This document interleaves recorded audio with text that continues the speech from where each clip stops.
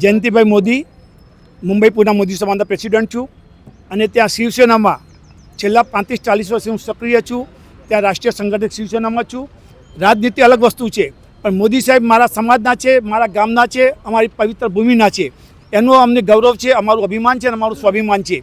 આજે પાર્ટીને કોઈ લેવા દેવા નથી, પણ નરેન્દ્રભાઈ મોદી વિશે જે જિગ્નેશ મેવાણીએ, કોંગ્રેસના જે ધારાસભ્ય છે, તેને વડનગરની પવિત્ર ભૂમિની બાજુમાં સુંઢિયા ગામમાં જે નરેન્દ્ર મોદી વિશે જે વાણીવિલાસ કર્યો છે, જે તુચ્છ શબ્દોનો ઉપયોગ કર્યો છે, શબ્દોની મર્યાદા ચૂકી ગયા છે, ભાષાની મર્યાદા ચૂકી ગયા છે, ત્યારે આ શબ્દોનો અને એની ખરાબ ભાષાનો અમે મોદી સમાજના યુવાનો આનો સખત વિરોધ કરીએ છીએ. અને વિરોધ તો કરીએ જ છીએ, પણ એનું ખંડન પણ કરીએ છીએ કે ભવિષ્યમાં જિગ્નેશ મેવાણી આવા શબ્દોનો ઉપયોગ ના કરે અને એની લાઈન ચમકાવવા માટે નરેન્દ્ર મોદીનો ઉપયોગ કરશે તો જનતા એને ક્યારેય માફ નહીં કરે. જનતા છે એના કરતાં ફેંકી દેશે. અને નરેન્દ્રભાઈ મોદીનું આજે જે લેવલ છે એમાં જિગ્નેશ મેવાણીનું કોઈ અસ્તિત્વ એની સામે નથી. ઘણા લોકો ટ્રાય કરી ચૂકેલા છે.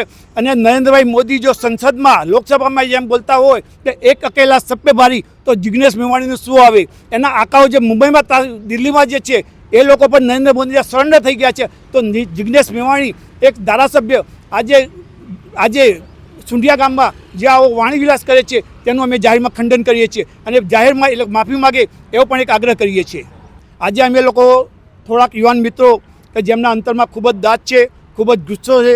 અમારો સમાજ આજે 2-5 હજાર માણસમાં પણ આવી શકતો હતો, પણ અમે ખાલી પ્રતિકારાત્મક એનો વિરોધ કરવા માટે આજે 25-30 યુવાનો આજે આવેદનપત્ર આપવા સરકારશ્રીમાં કલેક્ટરશ્રીને આવેલા છીએ અને અમારો વિરોધ દર્શાવી આવેદનપત્ર આપીશું અને એની જાહેરમાં નોંધ લે એવી પણ અમે એક અપેક્ષા રાખીએ છીએ, અમે આશા રાખીએ છીએ.